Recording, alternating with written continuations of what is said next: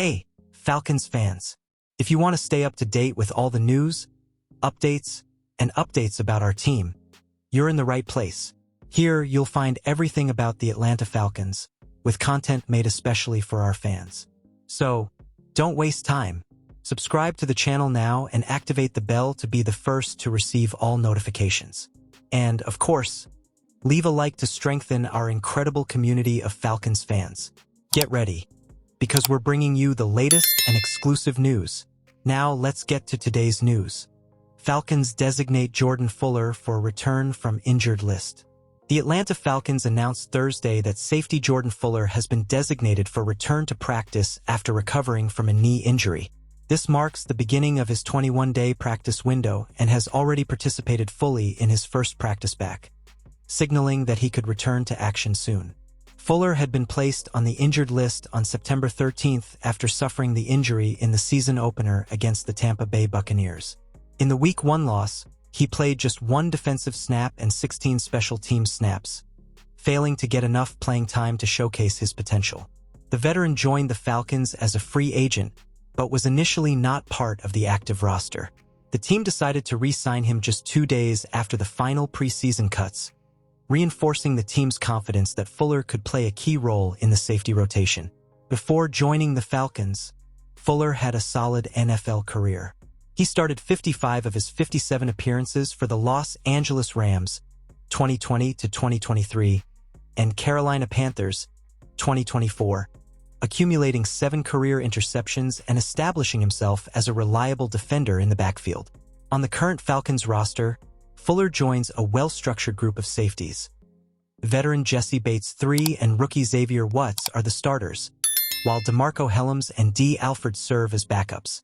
His presence provides depth and experience, especially at a position that demands quick reading of the game and consistency in coverage and support against the run game. The Falcons are making it impossible to ignore this perfect Kirk Cousins trade destination. Now that Michael Penix Jr. has effectively silenced all doubts about his suitability as the Atlanta Falcons starting quarterback, trade talks for Kirk Cousins are becoming more frequent. The top destination was Cincinnati, which opted for Joe Flacco, which slowed the Cousins market. Lamar Jackson and Brock Purdy are still injured, but another opening has emerged out of nowhere to outperform the Ravens and 49ers. Justin Fields is arguably the worst starting quarterback in the NFL right now, so the New York Jets could emerge as a potential destination for the 4-time Pro Bowler. For an 0-6 Jets team counting down the days to the 2026 NFL Draft, Cousins could at least provide some stability to an offense that looked like a disaster. Jets OC Tanner Engstrand is tied to a Fields-based offensive scheme, so Darren Moogie is expected to bench the former first-round pick for Tyrod Taylor or consider a trade option. Terry Fontenot should try to send Kirk Cousins to New York.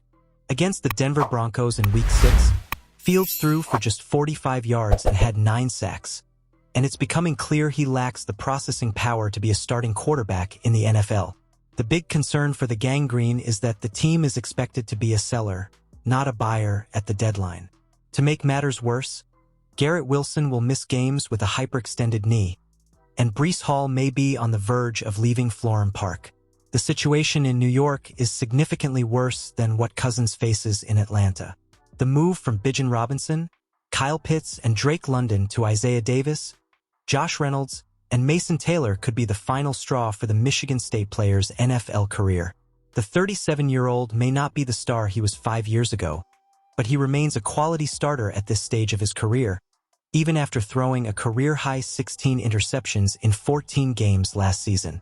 However, there's no guarantee a trade will be finalized, as Cousins' contract and injury history remain a burden.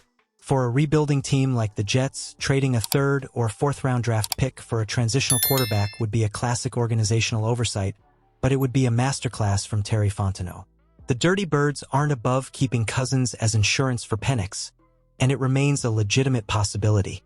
Even without the quarterback controversy, all signs point to him remaining a Falcon through 2025, but he would be a much better fit in Engstrand's offense than Fields or Tyrod Taylor.